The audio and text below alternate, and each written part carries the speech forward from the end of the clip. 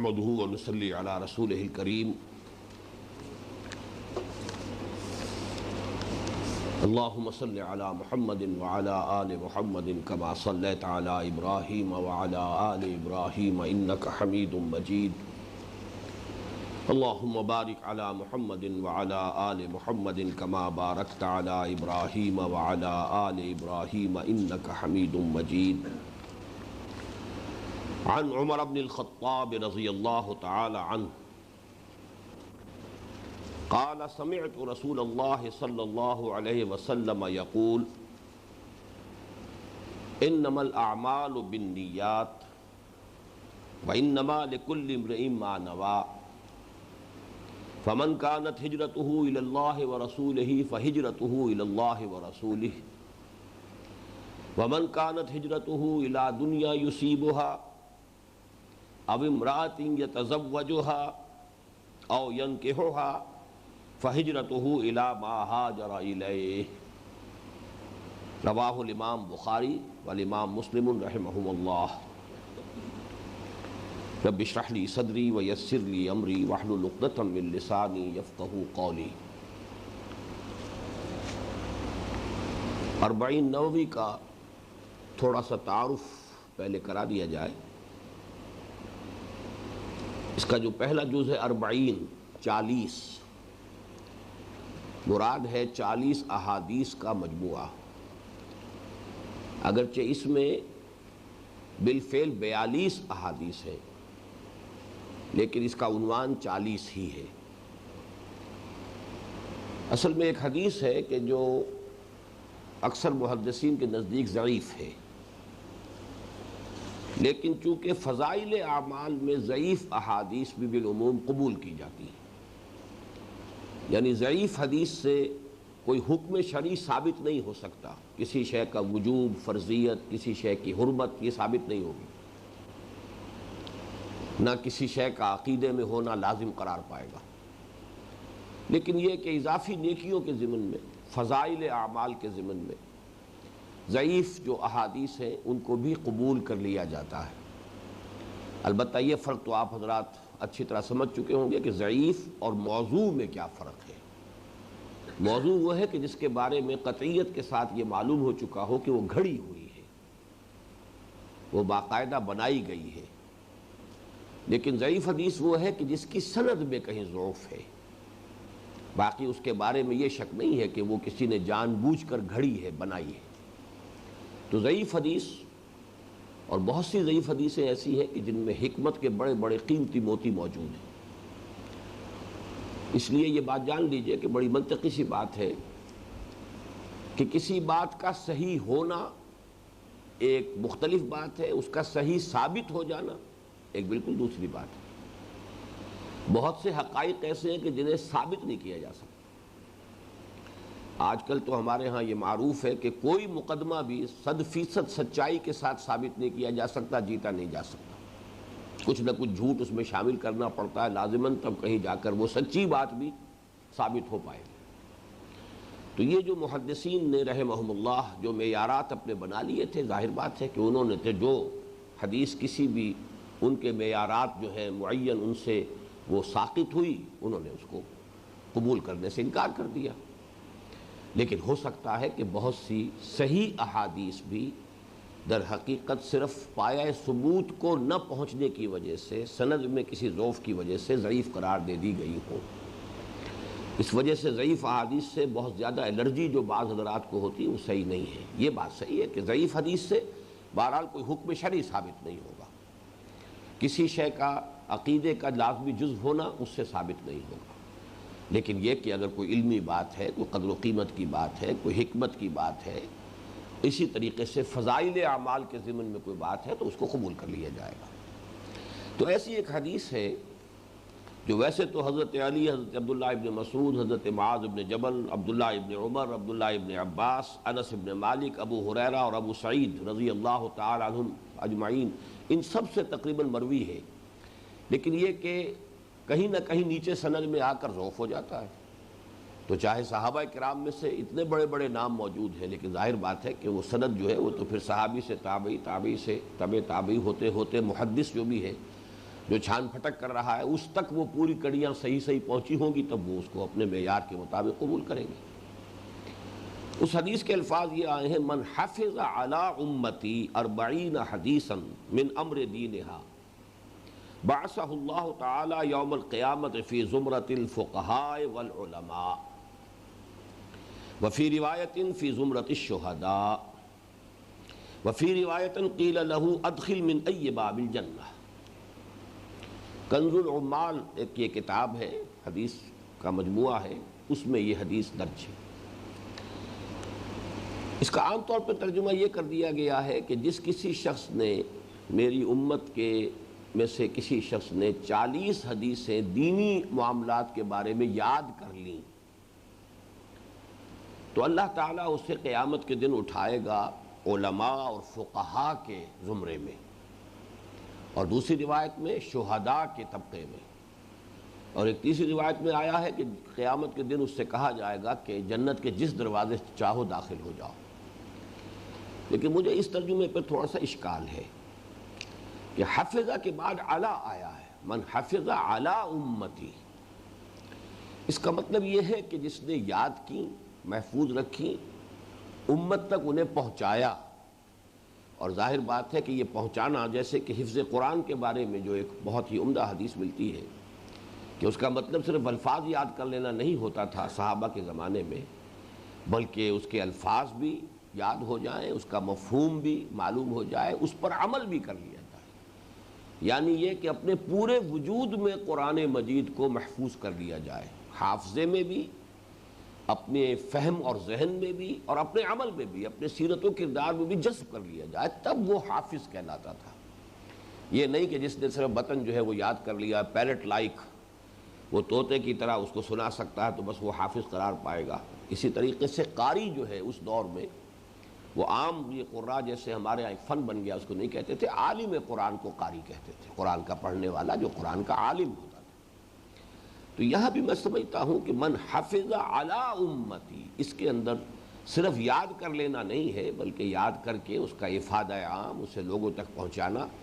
اور ظاہر بات ہے کہ اس میں خود بخود وہ بات شامل ہو جاتی ہے کہ اگر آپ کوئی بات پہنچا رہے ہوں گے تو آپ کا عمل اس پر ہونا چاہیے،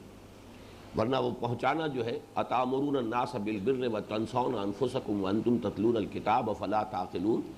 کیا تم لوگوں کو نیکی کا حکم دیتے اور اپنے آپ کو بھول جاتے ہو جبکہ تم خود کتاب پڑھنے والے ہو؟ تو یہ تو کیا تم عقل سے کام نہیں لیتے؟ تو یہ تو اس کے مصداق ہو جائے گا۔ تو اس حوالے سے میں سمجھتا ہوں کہ اس حدیث میں جو بات بیان کی گئی ہے وہ بڑی منطقی بن جاتی ہے۔ 40 حدیثیں من امور دینہا، یعنی امت کے جو دینی معاملات ہیں، دینی امور ہیں، ان سے متعلق 40 حدیثیں حضور صلی اللہ علیہ وسلم کی، وہ اگر یاد بھی کر لی گئی ہوں اور ان کو صحیح طور سے مستحضر کیا گیا ہو، پھر ان کو پھیلایا جا رہا ہو، اور ان کو صرف یہ کہ علمی طور پر پھیلایا جا رہا ہو بلکہ عملاً بھی اپنے کردار میں اس کا نمونہ پیش کیا جا رہا ہو، تو پھر یہ کہ اگر یہ جو اس کے اندر ریوارڈ بیان کیا گیا ہے، اس کا جو اجر و ثواب ہے، وہ پھر اس کے ساتھ متناسب بن جاتا ہے، پھر اس کے اندر کوئی بہت زیادہ بڑا جو ہے وہ گیپ باقی نہیں رہتا۔ تو اس حدیث کے حوالے سے بہت سے علماء نے 40 احادیث کے مجموعے مرتب کیے ہیں، بہت سے۔ عبداللہ ابن مبارک رحمہ اللہ جو تبع تابعین کے دور سے ہیں، وہاں سے یہ سلسلہ شروع ہوا۔ سب سے پہلی 40 انہوں نے مرتب کی تھی، پھر ہوتے ہوتے تقریباً ہر یوں سمجھیے کہ جو بھی قابل ذکر عالم، خاص طور پر حدیث کے علم میں جس کو کچھ بھی مقام اور درک حاصل تھا، اس نے اپنے فہم کے مطابق ایک ذخیرہ جو ہے، ذخیرہ حدیث میں سے یہ مجموعہ مرتب کیا۔ تو ان میں سے جن مجموعوں کو بہت قبول عام حاصل ہوا ہے، بلکہ میں کہوں گا کہ ان سب میں بھی سر فہرست یہ 40 نووی ہے۔ امام نووی رحمۃ اللہ علیہ نے جو 40 حدیثیں مرتب کی ہیں، اور وہ حقیقت میں 42 ہیں۔ امام نووی کون ہیں؟ یہ 7ویں صدی ہجری کے شخص ہیں۔ 630 ہجری کے آس پاس ان کی ولادت ہے، اور 676-77 میں ان کا انتقال ہے۔ کل 46-47 برس عمر ہوئی ہے۔ اور یہ بھی نوٹ کیجئے کہ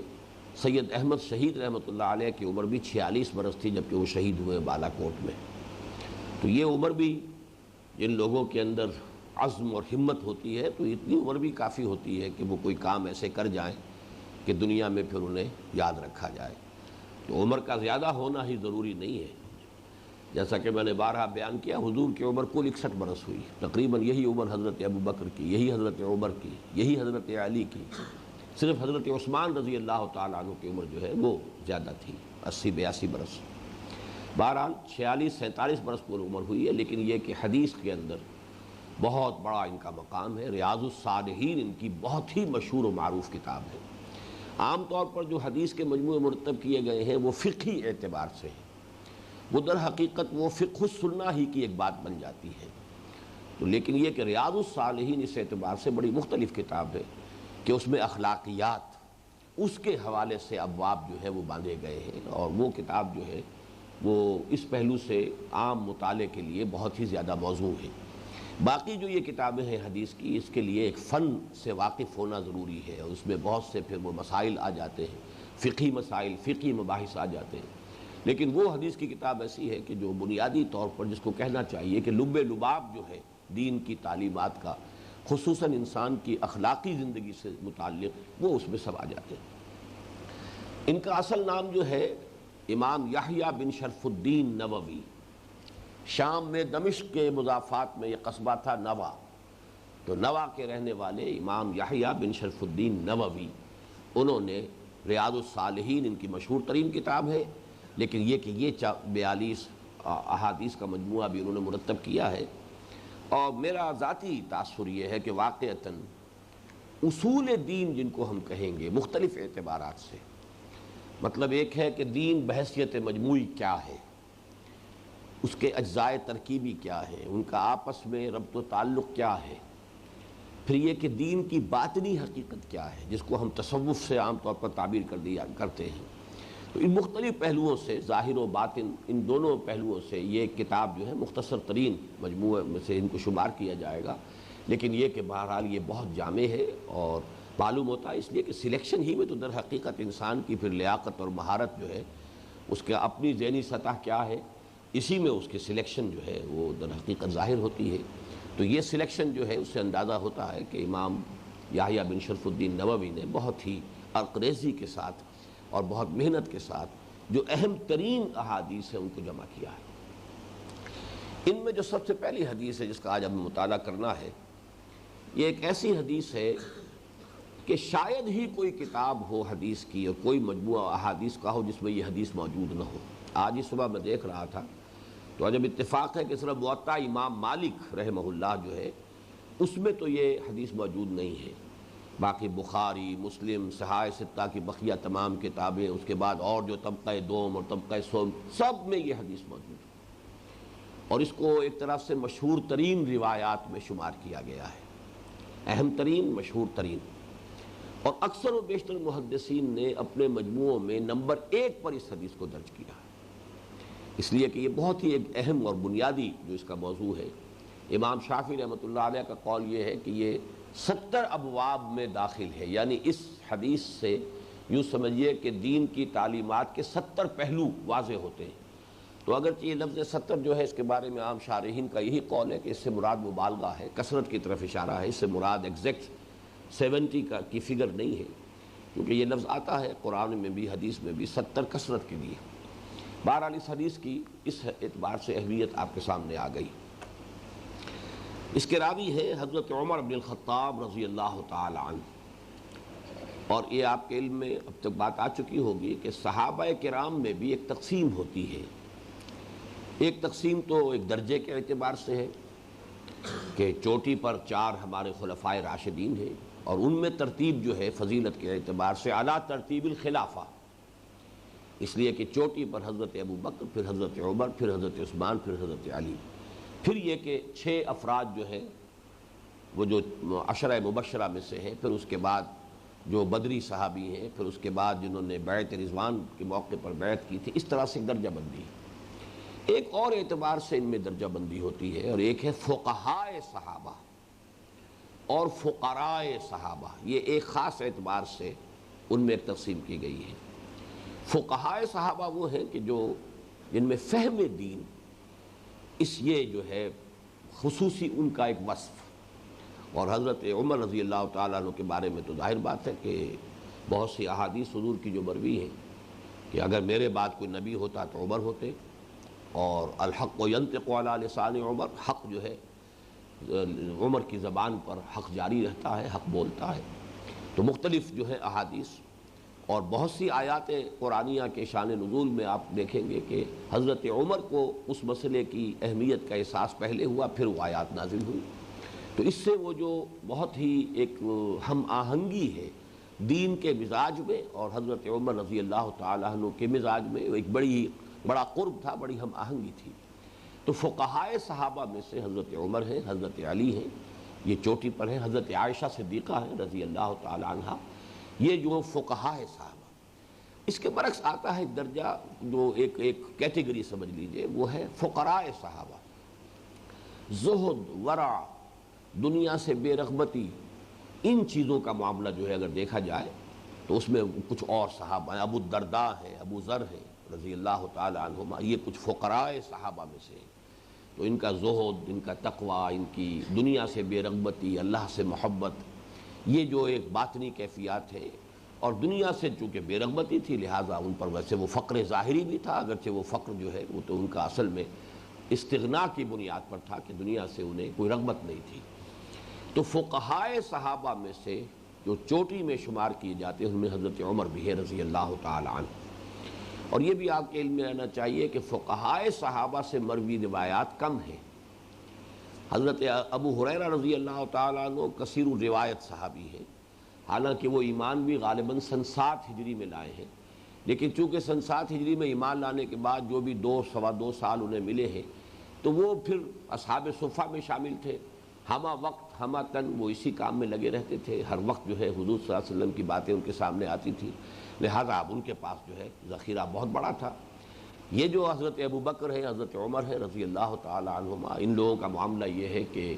جو دنیاوی معاملات ہیں، تجارت بھی کرتے تھے، کاروبار بھی کرتے تھے، پھر جو بھی ملی امور تھے، جو بھی یعنی جماعتی یا اجتماعی معاملات تھے، ان میں ان کی ذمہ داریاں بھی ہوتی تھیں، تو وہ اس طرح سے تو کہیں مسجد کے اندر بند کر بیٹھے ہوئے نہیں تھے۔ تو ان کی مرویات بہت زیادہ نہیں ہے تعداد کے اعتبار سے، حالانکہ طویل ترین رفاقت جو ہے زمانے کے اعتبار سے وہ تو حضرت ابو بکر رضی اللہ تعالیٰ عنہ کو حاصل ہے، لیکن یہ کہ بہرحال جو یعنی روایات کا جہاں تک تعلق ہے ان سے بہت زیادہ حدیثیں جو ہے مروی نہیں ہیں۔ عن عمر بن الخطاب رضی اللہ عنہ، عن سے پہلے کیا لفظ محذوف ہے؟ آپ حدیثیں شروع کر چکے ہیں، یہ عن سے کیا مراد ہے؟ جی یہ نہیں بتایا گیا آپ کو؟ عن سے مراد اس سے پہلے محذوف ہے رویہ، رویہ عن عمر بن الخطاب، روایت کیا گیا عمر بن الخطاب سے۔ عن جو ہے وہ تو آپ کو معلوم حرف جار ہے، عن عمر بن الخطاب، عمر بن الخطاب سے، مطلب کیا سے؟ رویہ عن عمر بن الخطاب رضی اللہ تعالی عنہ، روایت کیا گیا ہے حضرت عمر ابن خطاب سے رضی اللہ عنہ، قال سمعت رسول اللہ صلی اللہ علیہ وسلم یقول۔ اس میں بھی ذرا نوٹ کیجئے کہ ان کے بعد پھر دوبارہ ان آ جائے، اگر ان عمر بن الخطاب عن النبی صلی اللہ علیہ وسلم، عمر بن الخطاب رضی اللہ تعالیٰ عنہ سے روایت کیا گیا، انہوں نے روایت کیا حضور سے صلی اللہ علیہ وسلم، اس میں اور سمعت رسول اللہ صلی اللہ علیہ وسلم یقول، اس میں بڑا فرق ہو جائے گا۔ یعنی ایک ممکن یہ ہو سکتا ہے کہ ایک صحابی نے دوسرے صحابی سے وہ بات سنی ہو، اب وہ دوسرے صحابی کا تذکرہ نہ کر رہے ہیں، حضور کی طرف اس کو انہوں نے منسوب کر دیا، اس کا امکان موجود ہے کہ یہ حدیث جو ہے حضرت عمر نے براہ راست نہ سنی ہو، حضرت ابو بکر نے سنی ہو اور حضرت ابو بکر نے حضرت عمر کو سنائی ہو، اور چونکہ حضرت عمر کو رضی اللہ تعالی عنہ حضرت ابو بکر پر پورا اعتماد اور یقین تھا کہ انہوں نے جو کچھ حضور کی طرف منسوب کر کے فرمایا ہے صحیح فرمایا ہے، تو وہاں تذکرہ نہ کیا جائے ابو بکر کا اور نام لے دیا جائے کہ انہوں نے روایت کیا حضور سے۔ لیکن جہاں یہ لفظ آ جائے گا سمعت رسول اللہ، اب یہاں پر گویا کہ ایک اضافی جو ہے اس میں تاکیدی رنگ پیدا ہو گیا، میں نے خود سنا اللہ کے رسول صلی اللہ علیہ وسلم کو یہ فرماتے ہوئے، سمعت رسول اللہ صلی اللہ علیہ وسلم یقول۔ اب یہاں سے متن شروع ہو رہا ہے. آپ کو معلوم ہے نا کہ حدیث کے دو حصے ہوتے ہیں، ایک سند اور ایک متن. اور سند سے مراد کیا ہے؟ جی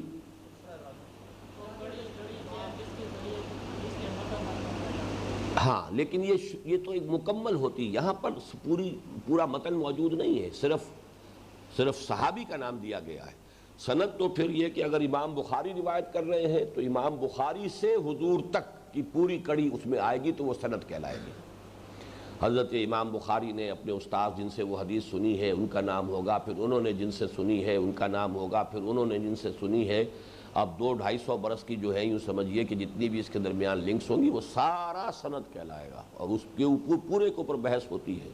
کہیں وہ لنک ٹوٹا ہوا تو نہیں ہے، کہیں کوئی کڑی جو ہے ایسی تو نہیں ہے کہ جس کے بارے میں کوئی جرح ہوئی ہو، جس کے بارے میں کوئی شک و شبے کا اظہار کیا گیا ہو. تو متن اصل میں اس کے بعد شروع ہوتا ہے، لیکن یہ کہ سند صرف اس کا نام نہیں ہے کہ حضرت عمر نے یہ بات بیان فرمائی، لیکن یہ کہ گویا کہ ایک اعتبار سے خلاصہ ہو جاتا ہے کہ آخر میں لکھا ہے بخاری و مسلم، تو گویا کہ امام بخاری سے بھی حضرت عمر تک یہ کڑی جو ہے کڑی بکڑی ملی ہوئی ہے، اور حضرت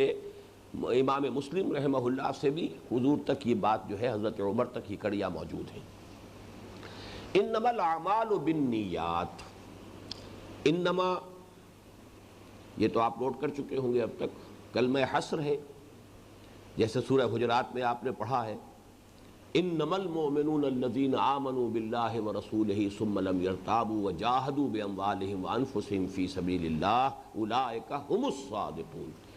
کہ اس آیت میں ابتدا میں بھی اسلوب حصر ہے اور اختتام پر بھی اسلوب حصر ہے. تو حصر کے لیے یہ کلمہ انما یعنی اعمال کل کے کل، نیکیاں تمام کی تمام. دوسرے نوٹ یہ کیجئے کہ یہاں اعمال سے مراد تمام افعال نہیں ہے بلکہ مراد نیکیاں ہیں، اس لیے کہ انما الاعمال بالنیات میں اس بات کا امکان پیدا ہوتا ہے اگر ہر عمل پر اس کو آپ اس کا انطباق کریں گے. کوئی شخص گناہ کر رہا ہے اور کہے کہ میری نیت تو نیک ہے، یہ گناہوں سے متعلق جو ہے یہ حدیث نہیں ہے. اعمال یہاں نیکیاں، اور اس کے لیے ایک بنیادی بات جو ہے وہ سورۃ العصر کے ضمن میں بھی آپ کے سامنے آ چکی ہے کہ فعل اور عمل میں ایک فرق ہے. فعل کسی بھی کام کو کہہ دیں گے، چاہے وہ ارادے کے ساتھ کیا جا رہا ہے، غیر ارادی طور پر ہو رہا ہے، لیکن یہ کہ بالارادہ اور مشقت طلب کام کا نام عمل ہے. عمل میں یہ دو چیزیں ضروری ہیں، ارادہ ہو اور مشقت طلب ہو. عاملۃ ناصبہ، عاملہ کہیں گے ایک ایسا انسان، ایک ایسا نفس جو تھکا ہوا ہے، بہت مشقت زدہ ہے، عاملہ. تو چونکہ نیکی میں ظاہر بات ہے کہ انسان کو کچھ محنت کرنی پڑتی ہے، کچھ نفس کی مخالفت کرنی پڑتی ہے، کچھ انفاق کرنا پڑتا ہے، تو گویا کہ نیکی جو ہے وہ ایک مشقت طلب کام ہے، اور اس کے لیے پھر یہ کہ انسان قصد کرتا ہے، ارادہ کرتا ہے. باقی بغیر ارادے کے تو ہو سکتا ہے نفسانی خواہشات جو ہیں ان کا ظہور آپ کے اعضاء و جوارح سے ہو جائے، لیکن یہ ہے کہ آپ کو نیکی کی طرف جانا ہے تو اس کے لیے تو عزم اور ارادہ چاہیے، اور اس کے اندر کچھ نہ کچھ محنت، مشقت، ایثار، قربانی کرنی پڑتی ہے. تو یہاں اعمال کو لفظی طور پر ہر عمل جس کو ہم اردو میں عمل کہہ دیتے ہیں اس کے معنی میں نہ لیجئے. انما الاعمال بالنیات، نیکیوں کا دار و مدار نیتوں پر ہے، اعمال صالحہ کا دار و مدار نیتوں پر ہے. یعنی یہ کہ کوئی عمل اپنے ظاہر کے اعتبار سے کتنی ہی بڑی نیکی نظر آتا ہو، اس کا اصل معاملہ اللہ کے ہاں جو اس کی اسسمنٹ ہوگی وہ اس کی جو موٹیو ہے، جس جذبہ محرکہ کے تحت وہ عمل کیا گیا ہے، جو اس سے مقصود ہے، جو اس کی نیت ہے، اس کی بنیاد پر اسسمنٹ ہوگی. انما الاعمال بالنیات وانما لکل امرئ ما نوی، اور ہر شخص کے لیے پھر وہی انما، تمام اشخاص کے لیے اس میں پھر تاکید ہوگی کل امرئ وانما لکل امرئ، تمام لوگوں کے لیے، ہر انسان کے لیے وہی کچھ ہوگا ما نوی، جس کی کہ اس نے نیت کی تھی. یہ اصل میں اپنی نوعیت کے اعتبار سے یوں سمجھیے کہ ہمارے جو مطالعہ قرآن حکیم کا منتخب نصاب ہے اس کے دوسرے درس کا ہی مضمون ہے جو یہاں آ رہا ہے. لیس البر ان تولوا وجوہکم قبل المشرق والمغرب ولکن البر من آمن باللہ والیوم الآخر والملائکۃ والکتاب والنبیین وآتى المال على حبه ذوي القربى والیتامى والمساکین الی آخر الآیہ۔ تو وہاں یہ پوری بحث تفصیل کے ساتھ آپ کے سامنے آ چکی ہے، گویا کہ تقریباً وہی درس ہے کہ اس کو یہاں پر اس حدیث کے بھی بین السطور میں آپ کو ذہن میں تازہ کر لینا چاہیے کہ ہم انسانوں کا معاملہ یہ ہے کہ بعض مجبوریاں ہیں، ہماری لیمیٹیشنز ہیں، ہم صرف عمل کے ظاہر کو دیکھتے ہیں اور ظاہر کے اعتبار سے اس پر نیکی یا بدی کا اطلاق کریں گے۔ یہ کام بڑا نیکی کا کام ہے، یہ شخص خیرات بانٹ رہا ہے، تقسیم کر رہا ہے، یہ شخص جو ہے حالانکہ لکھ پتی ہے، کروڑ پتی ہے، اس وقت غریبوں کی جھگیوں میں گھوم رہا ہے اور وہاں کچھ خیرات بھی تقسیم کر رہا ہے اور بڑے میلے کچیلے قسم کے بچے جو ہیں انہیں پیار کر رہا ہے اور لوگوں سے جو ہے وہ گلے مل رہا ہے۔ لیکن اب ہمیں معلوم ہے کہ اصل میں یہ سب کچھ کر رہا ہے کسی الیکشن جو آنے والا ہے اس کے لیے، تو اس وقت آپ زیر لب مسکرائیں گے کہ یہ بظاہر تو نیکی کا کام ہے جو بڑا کر رہا ہے، لیکن حقیقت میں جو اس کے پیش نظر ہے وہ کچھ اور ہے۔ تو کچھ چیزوں کے بارے میں تو ہمیں معلوم ہو جاتا ہے لیکن اکثر و بیشتر تو معلوم نہیں ہوتا۔ تو ہماری مجبوری یہ ہے کہ ہم اعمال کے ظاہر پر فیصلہ کرتے ہیں، اطلاق کرتے ہیں کہ آیا یہ نیکی کا کام ہے یا بدی کا کام ہے، باطن ہماری نگاہوں سے اوجھل ہے۔ دوسری کمزوری ہماری کیا ہے کہ ہم آئسولیٹڈ ایکٹس جو ہیں اس پر فیصلہ کرتے ہیں یہ نیکی کا کام ہے یہ بدی کا کام ہے۔ حالانکہ واقعہ یہ ہے کہ انسانی شخصیت ایک آرگینک ہول ہوتی ہے۔ جیسے نیم کا درخت ہے، اس میں آم کا پھل تو نہیں لگ سکتا، آم کا درخت ہے، اس میں نیم کی نبولی نہیں لگ سکتی۔ اب اگر ہمیں یہ نظر آ رہا ہو کہ ایک ہی درخت میں کسی شاخ پر تو آم لگا ہوا ہے، کسی شاخ پر نیم کی نبولی لگی ہوئی ہے، تو ایک عجیب سا یہ مرغوبہ ہو جائے گا، یہ ہمارے لیے ناقابل قبول بات ہے۔ یہی معلوم ہوگا کہ کوئی ایک چیز تو اصل ہے اور باقی شاید چسپاں کر دی گئی ہے، کہیں باندھ دی گئی ہے، کوئی انویزیبل تار ہے ان کے ذریعے سے اس نیم کے درخت کے اوپر جو ہے وہ آم جو ہے جڑ دیے گئے ہیں یا آم کے درخت پر نبولیاں لگا دی گئی۔ لیکن انسانی شخصیت کے بارے میں ہم یہ دھوکہ کھاتے ہیں، یہ آدمی بہت برا ہے لیکن یہ کام اس نے بہت اچھا کیا، یا یہ آدمی تو بہت اچھا ہے یہ کام اس نے برا کیا۔ تو یہ بھی ہمارے اس ظاہر کی وجہ سے، اندر کی شخصیت تو ایک ہے، اس کا وہ آرگینک ہول ایک حیاتیاتی اکائی ہونے کے اعتبار سے، لیکن چونکہ ہم وہ اندر سے واقف نہیں ہیں تو اس میں یا تو یہ ہے کہ وہ آرٹیفیشل نیکی ہو گئی ہے، بدی ہے اصل میں اس کے اندر آرٹیفیشل نیکی ہوئی۔ ہاں لیکن یہ کہ بدی کے بارے میں ہم یہ مان سکتے ہیں کہ کبھی کوئی ٹیمپریری کسی اثرات کے تحت کسی اچھے آدمی سے بھی غلط بات سرزد ہو جائے، لیکن اس کے نیک ہونے کا ثبوت اس سے ملے گا کہ فوراً توبہ کرے گا۔ یہ سورہ نساء میں جو آیت آئی ہے کہ انما التوبۃ علی اللہ للذین یعملون السوء بجہالۃ ثم یتوبون من قریب، کہ اللہ تعالیٰ کے ذمے ہے توبہ قبول کرنا ایسے لوگوں کی کہ جو جہالت میں، نادانی میں، جذبات کی رو میں بہہ کر کوئی غلط حرکت کر بیٹھتے ہیں لیکن پھر فوراً توبہ کرتے ہیں، اس لیے کہ وہ اندر کی شخصیت جو ہے وہ فوراً زور لگاتی ہے، طبیعت میں پھر جو رنج اور غم اور پچھتاوا پیدا ہوتا ہے یہ تم نے کیا کیا ہے، تو اس میں ڈیلے نہیں ہوتی، تاخیر نہیں ہوتی۔ بہرحال یہ جو دو ہماری کمزوریاں ہیں تو ان میں سے ظاہر بات ہے کہ وہ پورا سبق تو اب میں نہیں دہرا رہا ہوں جو آیت البر کا ہے کہ اس میں کس قدر خوبصورتی کے ساتھ سب سے پہلی بات یہ کہی گئی کہ یہ جو چہروں کا مشرق و مغرب یا شمال جنوب کی طرف پھیر دینا ہے یہ بھی اپنی جگہ پر ہے، اس کی بھی نفی نہیں ہے، اس لیے کہ ظاہر کی اپنی اہمیت ہے۔ لطافت جس کا کثافت جلوہ آرا ہو نہیں سکتی، لطافت بے کثافت جلوہ آرا ہو نہیں سکتی، کسی لطیف شے کو بھی اپنے ظہور کے لیے کسی کثیف شے کا سہارا لینا پڑتا ہے۔ اس حوالے سے یقیناً جو ہے وہ یعنی کوئی نہ کوئی فارم بھی ہوگی، لیکن اصل شے فارم نہیں ہے بلکہ اصل شے وہ ایسنس ہے، وہ نیت ہے، وہ موٹیوز ہیں، وہ موٹیویٹنگ فورسز ہیں کہ جس کے تحت کوئی عمل سرزد ہو رہا ہے۔ اور اسی لیے وہاں سب سے پہلے ایمان کی بحث لائی گئی، جس میں کہ وہاں ہم نے تفصیل سے دیکھا کہ ایک مثبت محرک جذبہ محرکہ ہے جو ایمان باللہ سے ملتا ہے، اللہ کی محبت میں، اللہ کی رضا جوئی میں وہ فعل جو ہے کیا جا رہا ہو۔ اور کہا جا سکتا ہے کہ اس کے مقابلے میں منفی جذبہ آخرت کا خوف، اللہ کے پکڑ اور حساب کا اور محاسبے کا اور سزا کا خوف، تو یہ جو دونوں چیزیں جو ہیں مثبت اور منفی، یہ محرک اگر ہے صرف تب تو وہ عمل نیکی کا ہے، یہ ہے نیت، اس سے ثابت ہوگا کہ وہ کام کس لیے کیا جا رہا ہے۔ لیکن یہ کہ اگر نیت کوئی اور ہے موٹیو کوئی اور ہے، کوئی دنیا کا حصول ہے، کوئی اور اپنی خواہش نفسانی کی تکمیل ہے، تو پھر یہ کہ بظاہر چاہے وہ کتنا ہی بڑا نیکی کا عمل نظر آ رہا ہو، بظاہر وہ کتنی ہی بڑی خوبی نظر آ رہی ہو، حقیقت میں یعنی اللہ کی نگاہ میں اور اللہ کی میزان میں اس کا کوئی وزن نہیں ہوگا۔ انما الاعمال بالنیات وانما لکل امرئ ما نوی، نیکیوں کا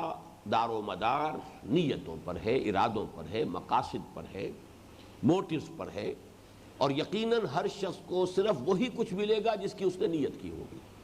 اب یہاں ایک مثال دی گئی ہے، بہت ہی خوبصورت مثال ہے، اس لیے کہ جو چوٹی کے چند اعمال ہیں جو ہمارے دین میں جن کی تلقین کی گئی ہے، اور اس چوٹی کے میں اس لیے کہہ رہا ہوں کہ اس کے حوالے سے کہا گیا کہ سابقہ پوری زندگی کے گناہوں کا کفارہ وہ عمل بن جاتے ہیں۔ کسی کی 99 برس کی عمر تھی اور گناہ میں اور فسق اور فجور کے اندر وہ صرف ہو گئی ہے، لیکن اس کے بعد یہ عمل اگر اس نے کر لیا ہے تو اس کے پوری زندگی کے اعمال کا وہ کفارہ بن جائے گا۔ وہ اعمال کون سے ہیں؟ نمبر 1، اسلام لانا، کفر سے اسلام میں داخل ہونا۔ ظاہر بات ہے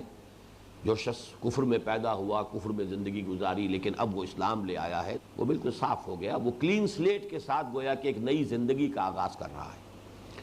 دوسرا عمل ہجرت، خالصتاً اللہ کے لیے، اللہ کے دین کے لیے گھر بار اہل و عیال کو چھوڑ کر چلے جانا۔ یہ ہجرت بھی ایک ایسا عمل ہے، اور بالکل سمجھ میں آتی ہے بات کہ یہ ایک ایسا عمل ہے کہ جس کے تحت واقعتاً اتنا ہی بڑا اجر و ثواب ملنا چاہیے، سمجھ میں آنے والی بات ہے۔ اور تیسرا حج مبرور، لیکن حج کے ساتھ مبرور کا لفظ آیا ہے اس حدیث میں، وہ حج کے جو اللہ کے ہاں مقبول ہو گیا ہو۔ اب اس کی بڑی کڑی شرائط ہے۔ نمبر 1 یہ کہ اس میں کوئی حرام کا پیسہ آپ نے استعمال نہ کیا ہو، آپ کی جو پوری زندگی ہے وہ اس سے پہلے کی جو ہے اس کے اندر آپ نے جو ہے جو کمائی کی ہے وہ حلال کے پیسے سے کی ہے۔ پھر یہ کہ سارے حقوق آپ نے ادا کر دیے ہیں، اس کے بعد آپ جا رہے ہیں۔ پھر حج کے دوران بھی فلا رفث ولا فسوق ولا جدال فی الحج، اس کے اوپر صحیح طریقے کے اوپر جو ہے عمل کیا گیا ہو، کسی کو تکلیف نہ پہنچائی گئی ہو، کسی سے جھگڑا نہ گیا ہو، ایثار سے کام لیا گیا ہو، یوسرون علی انفسہم ولو کان بہم خصاصہ، اور کوئی ریاکاری کی نیت نہ ہو، یہ ساری چیزیں جو ہے حج مبرور۔ اب ان میں سے جو درمیانی عمل ہے اس کو یہاں لیا گیا۔ فمن کانت ہجرتہ الی اللہ ورسولہ، تو جس شخص کی ہجرت تھی اللہ اور اس کے رسول کی طرف، فہجرتہ الی اللہ ورسولہ، تو اس کی ہجرت تو واقعتاً اللہ اور اس کے رسول ہی کے حساب میں شمار ہوگی۔ اب یہ ظاہر بات ہے کہ کوئی شخص دوسرا جو ہے اس کا فیصلہ نہیں کر سکتا، وہ تو در حقیقت اس قسم کی احادیث جو ہے وہ انٹراسپیکشن کے لیے ہے، درو بینی، اپنے اندر جھانکو اور جائزہ لو، اپنے آپ اپنے معاملات کے اوپر، اپنی نیتوں کے اوپر ایک سینسر خود بٹھاؤ۔ فمن کانت ہجرتہ الی اللہ ورسولہ فہجرتہ الی اللہ ورسولہ، تو اس کی ہجرت تو اللہ اور اس کے رسول ہی کے حساب میں شمار ہوگی۔ ومن کانت ہجرتہ لدنیا، یہ جو نسخہ میرے پاس ہے اس میں لے دنیا ہے، لیکن یہ کہ بعض دوسرے جو کتابیں ہیں، میں ابھی مشکات شریف دیکھ کر آیا ہوں، اس میں الہ ہے یہاں بھی، تو یہ دونوں الفاظ آتے ہیں، اور آگے بھی ایک لفظ میں فرق ہے، یہ تزوجھا اور ینکحھا، یہ 2 الفاظ بھی آتے ہیں۔ تو چونکہ جیسا کہ میں نے آپ کو بتایا یہ حدیث جو ہے بخاری میں بھی ہے، مسلم میں بھی ہے، صحاح ستہ کی باقیہ تمام کتابوں میں بھی ہے، اس حوالے سے ذرا سا کوئی لفظی فرق جو ہو جانا جو ہے مختلف روایتوں میں وہ بالکل قرین قیاس ہے۔ فمن کانت ہجرتہ الی اللہ ورسولہ فہجرتہ الی اللہ ورسولہ ومن کانت ہجرتہ لدنیا او الی دنیا یصیبھا، جس شخص کی ہجرت ہے دنیا کی طرف یا دنیا کے لیے کہ وہ اس کو حاصل کر لے۔ اب اس کی سمجھانے کے لیے بات صرف فرض کر رہا ہوں کہ مثال کے طور پر فرض کیجئے کہ مکے میں مسلمان تھے، صحابہ کرام تھے، اب ان میں سے بعض ایسے بھی تھے کہ جو دستکار تھے، ہاتھ سے محنت مزدوری کرتے تھے، مثلا خباب بن الارت رضی اللہ تعالیٰ عنہ، یہ ایک لوہار تھے۔ اب یہ کہ فرض کیجئے، میں ان کے حوالے سے یہ بات نہیں کہہ رہا ہوں، میں نے صرف مثال دی ہے کہ اب جب تمام صحابہ ہجرت کر گئے، اور ظاہر بات ہے کہ مشرکین تو ان کا بائیکاٹ کرتے تھے، اب فرض کیجئے کہ اب اس کے پاس کام نہیں ہے، کوئی شخص جو ہے وہ ان سے ڈیل کرنے کے لیے تیار نہیں ہے، تو اب مجبوراً اس نے بھی ہجرت کر لی ہو۔ اب یہاں تجزیہ ہوگا کہ ان کی ہجرت جو ہے in the hearts of his heart, in the heart of his hearts, اپنے قلب کی گہرائیوں میں اس کا اصل موٹیو کیا بنا، کہ یہ ایک مجبوری کا فعل ہے کہ چونکہ اب یہاں پر میری معاش کے دروازے بند ہو چکے ہیں، یا یہ کہ بظاہر جو ہے وہ بند ہو گئے ہیں، لہذا اب مجھے یہاں سے ہجرت کیے بغیر چارہ نہیں ہے۔ تو یہ گویا کہ ایک امکانی میں نے مثالی صورت پیش کی ہے، ایسا نہیں ہے کہ کسی صحابی کے بارے میں یہ بات جو ہے تعین کے ساتھ کہی گئی ہو یا کہی جا سکے، لیکن مثال ہے کہ دنیا کے لیے ہجرت کس لیے کی جائے گی؟ وَمَنْ كَانَتْ هِجْرَتُهُ لِدُنْيَا أَوْ إِلَىٰ دُنْيَا يُصِيبُهَا، جس کی ہجرت تھی دنیا کے لیے، دنیا سے مراد معاش ہے، معاشی اپنی ضروریات ہے، یا فرض کیجئے کہ کسی اور شخص نے بہت دیر میں ہجرت کی ہو، یہ دیکھ کر کہ اب تو مسلمانوں کو وہاں پہ غلبہ حاصل ہوتا جا رہا ہے، تو جلدی سے پہنچو تاکہ اس کے اندر تمہارا بھی حصہ ہو جائے۔ یہ میں صرف مفروضات کے اوپر بات کر رہا ہوں کہ اب ابتدا میں تو ہجرت نہیں کی، جیسا کہ سورہ نساء میں بھی آیا ہے کہ اے مسلمانوں جب تک یہ ہجرت نہیں کرتے ہیں ان کو بلکہ ایک طرح کے منافق قرار دیا گیا، الا یہ کہ کوئی شخص اتنا بوڑھا تھا کہ اس کے لیے سفر ناممکن تھا، یا اتنا علیل تھا، مریض تھا کہ سفر ناممکن تھا، یا خواتین تھیں کہ جو سفر نہیں کر سکتی تھیں، تو ان کا معاملہ تو دوسرا ہے۔ لیکن یہ کہ کوئی شخص صحت مند تھا اور بھلا چنگا تھا اور اس کے پاس وسائل بھی تھے اور وہ ہجرت کر سکتا تھا، پھر بھی اس نے ہجرت نہیں کی، تو سورہ انفال میں فرمایا گیا ہے مسلمانوں تمہارا اب ان سے کوئی تعلق نہیں، ما لکم من ولایتہم من شیء حتی یہاجروا، جب تک کہ وہ ہجرت نہیں کرتے اب تمہارا ان سے کوئی تعلق نہیں۔ بلکہ بڑی تفصیلی احکام دیے گئے ہیں کہ اگر ایسی کسی قوم کے اوپر مسلمان حملہ کریں، کسی قبیلے کے اوپر، اور اس قبیلے کے اندر کوئی مسلمان بھی موجود تھے کہ جنہوں نے ہجرت نہیں کی تھی،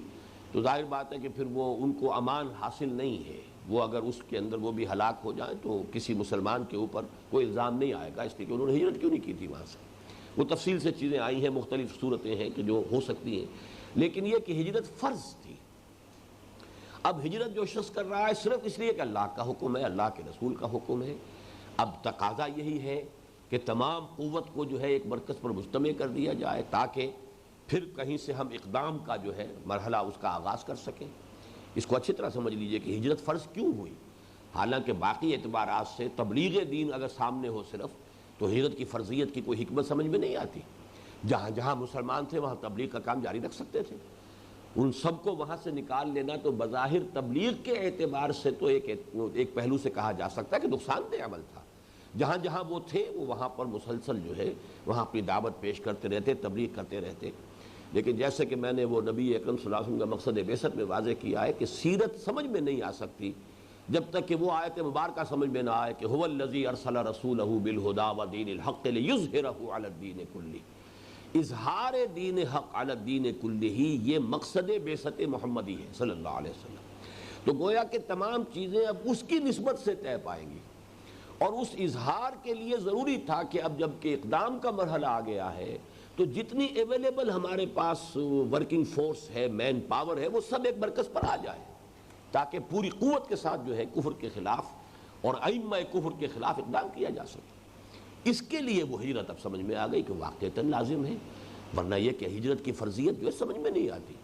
کہیں تو فرض کیجئے کہ مسلمانوں کو مارا جا رہا ہے، کوئی اور پرسیکیوٹ کیا جا رہا ہے، تو وہ مجبوراً وہاں سے جا رہے ہیں۔ پہلی ہجرت جو تھی ہجرت حبشہ وہ اس نوعیت کی تھی،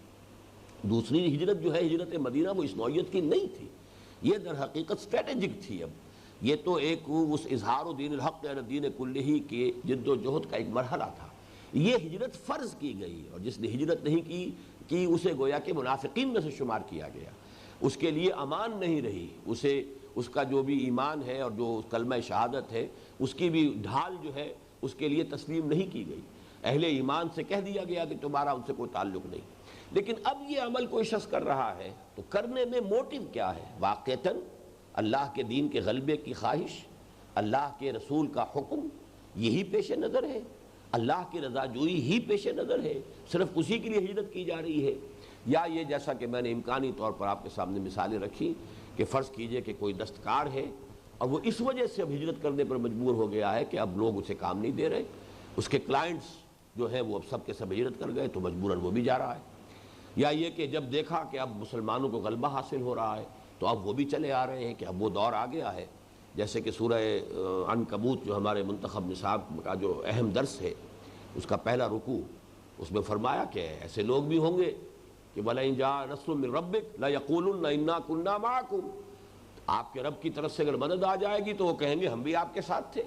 پھر وہ بھی ہجرت کر کے آ کر شریک ہو جائیں گے کہ جو بھی اب اس کی جو فتوحات ہیں اس میں ہمارا بھی حصہ ہو۔ اس کے ساتھ ہی دوسری ایک اور مثال دی گئی، اب امرات ینکحھا او یتزوجھا، یہ دو الفاظ ہیں علیحدہ علیحدہ،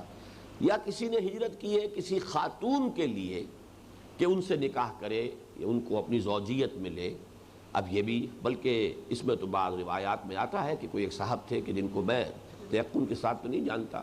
لیکن مہاجر ام قیس کے نام سے یہ چیز ہمیں روایات میں آتی ہے کہ کسی خاتون سے کسی کو محبت ہے اور وہ خاتون ہجرت کر گئی۔ اب کچے دھاگے سے بندھے ہوئے یہ بھی چلے جا رہے ہیں، اس لیے کہ اب یہ تو ظاہر بات ہے کہ ان سے اگر نکاح کرنا ہے اور انہیں اپنی زوجیت میں لینا ہے تو انہیں بھی ہجرت کرنی ہوگی۔ لیکن یہ معاملہ ہے اللہ اور اس بندے کے درمیان، اس کا راز ہے۔ ظاہر بات ہے کہ دنیا تو اس کے اوپر اطلاق ہی کرے گی کہ مہاجر ہیں، آئے ہیں، مکے کی سکونت ترک کر دی ہے اور مدینے آ گئے ہیں اس حوالے سے۔ لیکن یہ کہ ایک دوسری مثال یہ کہ اگر کسی کی ہجرت ہے، اور یہ مثال خاص طور پر مجھے محسوس ہوتا ہے کہ کوئی معین بات ہوگی، ورنہ الا دنیا یصیبھا یہ تو ایک جنرل ٹرم ہے، اس کے اندر تو دنیا کے مال و دولت، کاروبار، کوئی پروفیشن، کوئی اور چیزیں، کوئی اقتدار، غلبہ، یہ ساری چیزیں جو ہے وہ کور ہو کر آ جاتی ہیں۔ لیکن جب خاص طور پر کیا گیا ہے تو معلوم ہوتا ہے کہ ایک چیز کو نمایاں کیا گیا تو شاید یہ کوئی پرٹیکولر کیس بھی موجود ہو۔ میں یقین کے ساتھ نہیں کہہ سکتا، لیکن یہ کہ ملتا ہے یہ نام بعض جگہ پر اس حوالے سے کہ مہاجر ام قیس کے مہاجر جنہوں نے ہجرت کی ہے اصل میں ان سے نکاح کے لیے۔ فَهِجْرَتُهُ إِلَىٰ مَا هَاجَرَ إِلَيْهِ، تو اس کی ہجرت شمار ہوگی انہی کے حساب میں جس کے لیے اس نے ہجرت کی ہے۔ وہ اللہ کے لیے نہیں ہوگی، اللہ کے رسول کے لیے نہیں شمار ہوگی، اللہ کے دین کے لیے نہیں شمار ہوگی۔ یہ موٹیوز جو ہیں جو دنیا والوں کے لیے تو ممکن نہیں ہے کہ اس کے بارے میں کوئی حکم لگا سکے، کوئی فیصلہ کر سکے، لیکن ظاہر بات ہے کہ اللہ تعالیٰ کا معاملہ ایسا ہے کہ وہ یقیناً تمام جو باطن سے واقف ہے، نیتوں کو، جیسا کہ ایک حدیث میں آیا ہے ان اللہ لا ينظر الى صورکم، تمہاری ولا اموالکم، اللہ تمہاری صورتوں اور مالوں کو نہیں دیکھتا کہ کس قدر مال و دولت تمہارے پاس ہے یا کیا تم حسین اور وجیح شخصیت تم رکھتے ہو،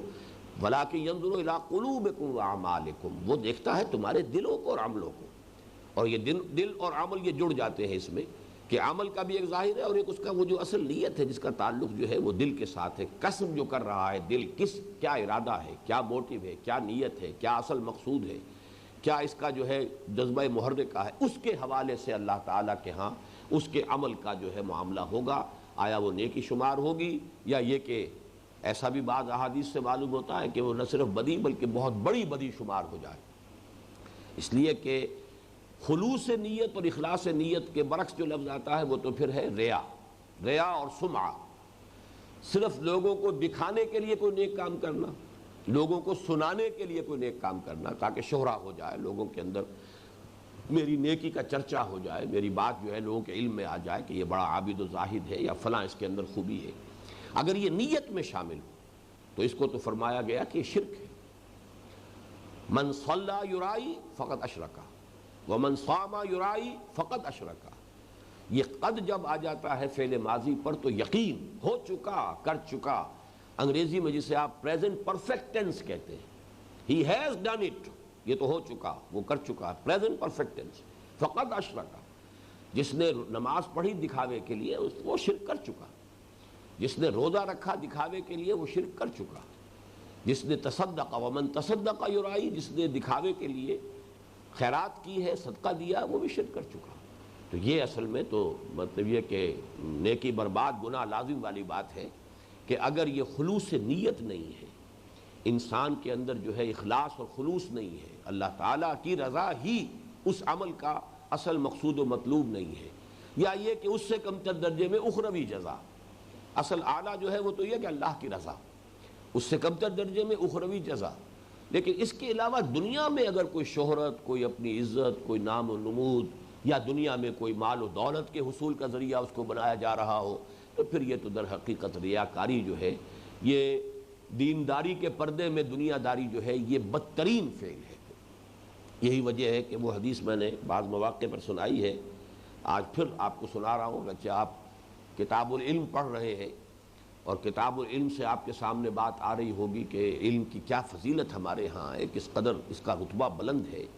عبادت کے مقابلے میں علم کا حصول، تعلیم و تعلم جو ہے، اس کو ریشو پروپورشن جو بیان کی ہے حضور صلی اللہ علیہ وسلم نے، واقعہ یہ کہ آنکھیں کھول دینے والی چیزیں ہیں کہ کفضلی علی ادناکم، ایک شخص وہ ہے کہ جو فرض نماز پڑھتا ہے، صرف فرض عبادات ادا کرتا ہے، کوئی نوافل نہیں، کچھ نہیں، اور باقی سارا وقت وہ یہ کہ دین کے پڑھنے پڑھانے میں، سیکھنے سکھانے میں صرف کرتا ہے۔ اور ایک شخص وہ ہے کہ جو ہمیشہ روزہ رکھتا ہے اور پوری رات عبادت کرتا ہے۔ اس کا جو ہے تقابل جو کیا گیا ہے کہ اس شخص کی فضیلت جو ہے کہ جو صرف فرائض پر اکتفا کرتے ہیں، فرض تو ہر صورت ادا کرنے ہیں، اس کے بعد بقیہ اس کا پورا وقت جو ہے وہ علم کے حصول میں اور علم کی اور نیکی کی اور خیر کی تلقین اور اس کو لوگوں تک پہنچانے میں صرف ہو رہا ہے، اس کی فضیلت اس شخص پر، اس عابد و زاہد شخص پر کا فضلی علی ادناکم، جتنی فضیلت مجھے حاصل ہے تم میں سے ادنا ترین انسان پر۔ ادناکم میں ہم اگر اس حدیث کو لفظی طور بھی لیں گے، صحابہ میں سے ادنا، صحابہ میں سے جو کم ترین درجے کے صحابی ہوں گے، ان پر جو حضور کو فضیلت حاصل ہے کا فضلی علی ادناکم، یہ درجہ ہے اس علم کے حصول اور علم کو پھیلانا اور خیر اور نیکی اور اس کا جو پرچار ہے اس کا۔ لیکن وہ حدیث جو اب میں سنانے چلا ہوں وہ آپ کو ملے گی اسی میں، اگر تو مشکات میں آپ پڑھ رہے ہیں تو اس کے یہ کتاب باب العلم جو ہے اس کی فصل ثالث میں یہ حدیث مل جائے گی۔ یوشک ان یاتی علی الناس زمان، اندیشہ ہے کہ لوگوں پر ایک زمانہ ایسا بھی آ جائے گا، لا یبقى من الاسلام الا اسمہ ولا یبقى من القرآن الا رسمہ، اسلام میں سے سوائے اس کے نام کے کچھ نہیں بچے گا،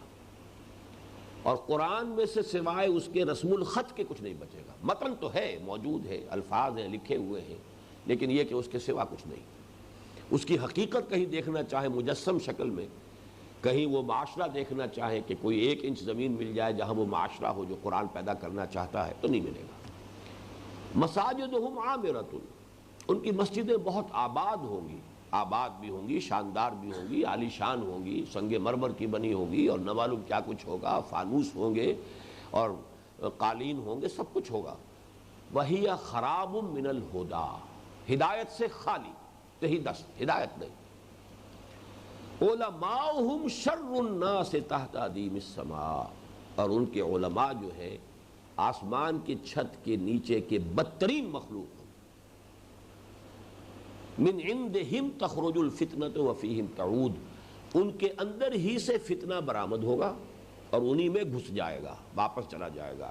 یعنی فتنے اٹھانے اور فتنے پیدا کرنے کے سوا ان کا کوئی دھندا نہیں رہے گا۔ یہ علماء کا جو حال ہے، علماء سو جنہیں ہم کہہ دیتے ہیں عام طور پر، اور ظاہر بات ہے کہ اس وقت اکثریت کا حال وہی ہے۔ اگر نہ ہوتا تو امت کا یہ حال نہ ہوتا کہ جس حال کو ہم آج پہنچے ہوئے ہیں۔ یہ اس علم کا جو معاملہ ہے کہ جس کی وہ فضیلتیں جو آج کل آپ پڑھ رہے ہیں، اسی طریقے سے یہ بھی فرمایا ہے کہ کوئی شخص علم حاصل کرتا ہے صرف اس لیے کہ لوگوں کے اوپر دھوس جمائے اپنے علم کی، یا یہ کہ علماء کی محفل میں بیٹھ سکے، ان کے ساتھ ان کی اصطلاحات میں گفتگو کر سکے، معلوم ہو کہ انہی میں سے ہے، اور ان کے ساتھ ان کا ہم جلیس ہو سکے، بیٹھ سکے ان کی محفل میں وغیرہ وغیرہ، یا یہ کہ علماء کے ساتھ مناظرہ بازی کر سکے، تو پھر یہ ہے کہ اس کے لیے بڑی سخت وعید آئی۔ تو علم بھی ہے، حصول علم بھی ہے، عبادت کا معاملہ میں نے آپ کو اس حدیث کے حوالے سے بتا دیا، من صلی یرائی فقد اشرکا ومن صام یرائی فقد اشرکا ومن تصدق یرائی فقد اشرکا۔ حصول علم کا معاملہ ہے تو یہ ہے۔ اسی طریقے سے جہاد اور قتال فی سبیل اللہ، حضور سے پوچھا گیا صلی اللہ علیہ وسلم کہ ایک شخص ہے جو جنگ کرتا ہے اپنی شجاعت کے مظاہرے کے لیے، ایک دوسرا جنگ ہے، شخص ہے جو جنگ کر رہا ہے، مال غنیمت کا اس کے سامنے جو ہے کچھ ہے نقشہ کہ ملے گا، اس کے لیے وہ بڑے جوش و خروش کے ساتھ میدان جنگ میں جا رہا ہے۔ ایک تیسرا جنگ ہے جو صرف حمیت، تیسرا شخص ہے صرف حمیت کی وجہ سے جنگ کر رہا ہے، یعنی یہ کہ کسی خاص قبیلے کی جس کی طرف کے فوج کشی ہو رہی ہے، جس پر حملہ کرنا مقصود ہے، اگر اس سے کوئی خاندانی رنجش چلی آ رہی تھی تو آدمی اب ذوق و شوق کے ساتھ شریک ہو گیا ہے کہ اب مجھے موقع ملے گا کہ وہ پرانے سارے حساب کتاب جو ہے وہ چکا لوں۔ تو یہ وہ حمیت جاہلی جو ہے وہ اس کا اصل موٹیو بن گیا ہے۔ ان میں سے کس کو ہم سمجھیں کہ وہ مجاہد فی سبیل اللہ ہے؟ آپ نے فرمایا کوئی نہیں۔ مجاہد فی سبیل اللہ تو صرف وہ ہوگا جو قتال کرتا ہے صرف اس لیے لتکون کلمۃ اللہ ہی العلیٰ، اللہ کا کلمہ ہی سب سے اونچا ہو جائے، اس مقصد واحد کے تحت جس نے قتال کیا ہے اس کا تو وہ تو مجاہد فی سبیل اللہ ہے۔ باقی حمیت کی وجہ سے کیا ہو، کسی قومیت کے حوالے سے کیا ہو، مال غنیمت کے حصول کے لیے کیا ہو، اپنی شجاعت کے مظاہرے کے لیے کیا ہو، تو وہ گویا کہ پھر یہ اللہ تعالیٰ کی راہ میں جہاد نہیں ہے، وہ پھر جہاد اپنے نفس کے لیے ہو جائے۔ اسی کے ضمن میں حضرت علی کا واقعہ بیان ہوتا ہے، جو ویسے تو تقریباً یعنی ناقابل یقین بات ہے، لیکن یہ کہ یہ صحابہ کرام کا معاملہ، حضور صلی اللہ علیہ وسلم جس طرح یہ تزکیہ باطن کیا تھا، تزکیہ باطن کو بھی سمجھ لیجئے کہ اصل اس کا مطلب یہی ہے۔ تزکیہ باطن جو ہے اس کا کوئی اور مطلب نہیں ہے، نیت کو پاک کر لینا، کہ اصل آپ کے مقاصد بالکل خالص ہو جائیں، کہ وہ اللہ کی رضا اور اخروی فلاح اور نجات، اس کے سوا کوئی شے مقصود نہ رہے، مطلوب نہ رہے۔ لا مقصود الا اللہ، لا مطلوب الا اللہ، لا محبوب الا اللہ۔ جو بھی کام آپ نیکی کا کر رہے ہیں، اب آپ معاش کے لیے کر رہے ہیں، ٹھیک ہے، آپ کو معلوم ہے کہ یہ کام میں کر رہا ہوں، یہ مزدوری کر رہا ہوں، یہ محنت کر رہا ہوں، یہ میں معاش کے لیے کر رہا ہوں، کوئی حرج نہیں۔ اس میں اگر آپ نے حلال ذرائع کو استعمال کیا ہے، حرام سے بچے ہیں، تو یہ بھی جہاد میں شمار ہو جائے گا اور یہ عبادت کا حصہ شمار ہو جائے گا۔ لیکن یہ کام آپ بالفعل بالارادہ نیتاً اپنے حصول معاش کے لیے کر رہے ہیں۔ لیکن کوئی کام نیکی کا ہے، دین کی خدمت کا ہے، اب اس میں اگر کوئی شے شامل ہو گئی، کوئی بھی اس کے اندر جو ہے وہ ناپاکی، امپیورٹی کسی بھی اعتبار سے شامل ہو گئی، تو جیسے آپ کو معلوم ہے میتھمیٹکس میں بڑی سے بڑی رقم زیرو سے ضرب کھا کر زیرو ہو جاتی ہے۔ جو بڑے سے بڑا عمل ہو، وہ قتال فی سبیل اللہ کا عمل ہو، وہ علم کے حصول اور تعلیم اس کا معاملہ ہو، وہ کوئی عبادات کا معاملہ ہو، بڑی سے بڑی شے زیرو سے ضرب کھا کر زیرو ہو جائے گی۔ اللہ کی میزان میں نہ صرف یہ کہ اس کا کوئی وزن نہیں ہوگا، بلکہ جیسا کہ میں نے عرض کیا، نیکی برباد، گناہ لازم، کہ وہ شرک لازم آ جائے گا، اس لیے کہ تمہارے مقصود و مطلوب کے اندر اللہ تعالیٰ کے سوا کوئی اور شامل ہو گیا، وہ یہ چیز جو ہے یہ وہ شرک کے درجے تک پہنچا دینے والی ہے۔ تو یہ حدیث جو ہے اس اعتبار سے کہ ان تمام مفاہیم کو اس نے اپنے اندر جو ہے وہ سمیٹ لیا ہے، اور اس کا اصل فائدہ کیا ہے؟ وہ یہی ہے کہ ہر شخص انٹراسپیکشن کرے، درو بینی کرے، اپنے اندر جھانکے۔ یہ مراقبہ جو ہے یہ صحیح مراقبہ ہے، کہ انسان، مراقبہ کسے کہتے ہیں؟ رقبہ، گردن، ایک دوسرے پر تاک لگا کر بیٹھ جانا، یہ مراقبہ ہے۔ رقبہ گردن کو کہتے ہیں، مراقبہ باب مفاعلہ، گویا کہ ایک دوسرے کے اوپر آدمی جو ہے پوری طریقے سے دھیان دے رہا ہے، یہ مراقبہ ہے۔ تو انسان مراقبہ کرتا ہے اپنے اندر، اپنے نفس کے ساتھ، پوری دھیان کے ساتھ غور و فکر کرتا ہے، اپنے اعمال کا جائزہ لیتا ہے، میں بھاگ دوڑ تو بہت کر رہا ہوں، میرے اندر کا حال کیا ہے، میری نیتوں کا حال کیا ہے، میرے اصل مقاصد کیا ہیں، کہیں کوئی نقب تو نہیں لگا لی ہے۔ اور یہ نقب جو ہے اس قدر غیر شعوری طور پر لگ جاتی ہے، شیطان جو ہے اتنا وہ غیر شعوری طور پر جو ہے انسان کے اوپر حملہ آور ہوتا ہے، جس کے لیے کہ حضور کی وہ حدیث بھی میں نے بارہا آپ کو سنائی ہے کہ ان الشیطان یجری من الانسان مجری الدم، شیطان تو انسان کے وجود میں خون کی طرح سرایت کر جاتا ہے۔ جیسے ہمیں معلوم ہے کہ کوئی سیل جو ہے، باڈی سیل، ایک سیل بھی اگر خون، دوران خون کے ساتھ اس کا تعلق قائم نہیں ہے تو وہ ڈیڈ ہو جائے گا، اس کی لائف کا دار و مدار اسی پر ہے۔ تو اسی طریقے سے پوری جس طرح خون سرایت کرتا ہے وجود میں، ایسے شیطان سرایت کر جاتا ہے۔ قرآن مجید میں فرمایا گیا انہو یراکم ہوا و قبیلہ من حیث لا ترونہم، یہ ابلیس لعین اور اس کے قبیلے والے، اس کے ساتھی، اس کے چیلے چانٹے تو تم پر وہاں سے تاک لگاتے ہیں، دیکھتے ہیں تمہیں، وہاں سے تمہیں ٹارگٹ کرتے ہیں جہاں سے تم انہیں نہیں دیکھ رہے۔ وہ تمہارے لیے ایک غیر مرئی جو ہے وجود ہے، جنات ہے، اور وہ ابلیس خود ہے۔ انہو ہوا یراکم، انہو یراکم ہوا و قبیلہ من حیث لا ترونہم۔ اور اسی میں پھر وہ حدیث بھی مجھے یاد آ گئی کہ حضور نے فرمایا کہ یہ شرک خفی جو ہے، یہ ریاکاری والا شرک جو ہے، یہ کسی انتہائی تاریک رات میں سیاہ پتھر پر چلنے والی سیاہ چونٹی کو دیکھنا جتنا مشکل ہے، اتنا ہی ریاکاری کا سراغ لگانا مشکل ہے۔ اب یہ بھی تمثیل اور تشبیہ کا جو ہے یوں سمجھیے مبالغے کی آپ نے، حضور نے ساری جو ہے وہ انتہائیں جمع کر دی۔ انتہائی تاریک رات، سیاہ پتھر، اور اس پر سیاہ چیونٹی رینگ رہی ہے، تو جس طرح اس کو دیکھنا محال ہے، ایسے اس کا دیکھنا مشکل ہے۔ تو اس کے لیے تو بہت گہرے مراقبے کی ضرورت ہے، بہت تاک لگا کر بیٹھنا پڑے گا اپنے اوپر، اور اپنا سینسر کرنا پڑے گا، سیلف سینسر جو ہے انسان کرے اپنے آپ کو، تب کہیں جا کر جو ہے وہ اس بیماری سے نجات مل سکتی ہے۔ اس حوالے سے اس حدیث کی وہ اہمیت، جیسا کہ میں نے آپ کو بتایا کہ جو مقام اور مرتبہ ہمارے درس نمبر 2 کو آیت البر کو حاصل ہے مطالعہ قرآن حکیم کے منتخب نصاب میں، احادیث کے مجموعے کے اندر یہ حدیث در حقیقت اسی مقام پر ہے، اسی درجے میں ہے۔ یہی وجہ ہے کہ اس کثرت کے ساتھ جو ہے اس کی روایت بھی ہوئی ہے، اور اس کو تمام محدثین نے اپنے مجموعوں میں شریک کیا ہے، اور اکثر و بیشتر نے اسی سے شروع کیا۔ اس لیے کہ جب وہ خود بیٹھے جمع کرنے کے لیے تو ان کے اپنے سامنے یہ بات آئی ہے کہ ہمارا اپنا عمل کیا ہے،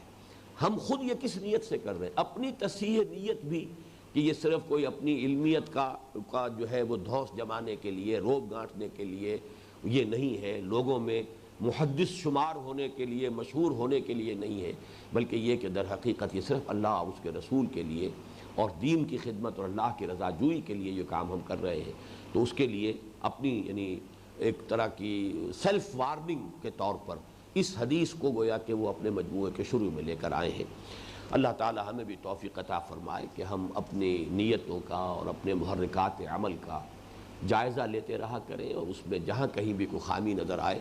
تو اس کی تلافی اور اس کی تصحیح کی کوشش کرتے رہیں۔ بارک اللہ لی و لکم فی القرآن العظیم و نفعنی و ایاکم بالآیات و الذکر الحکیم۔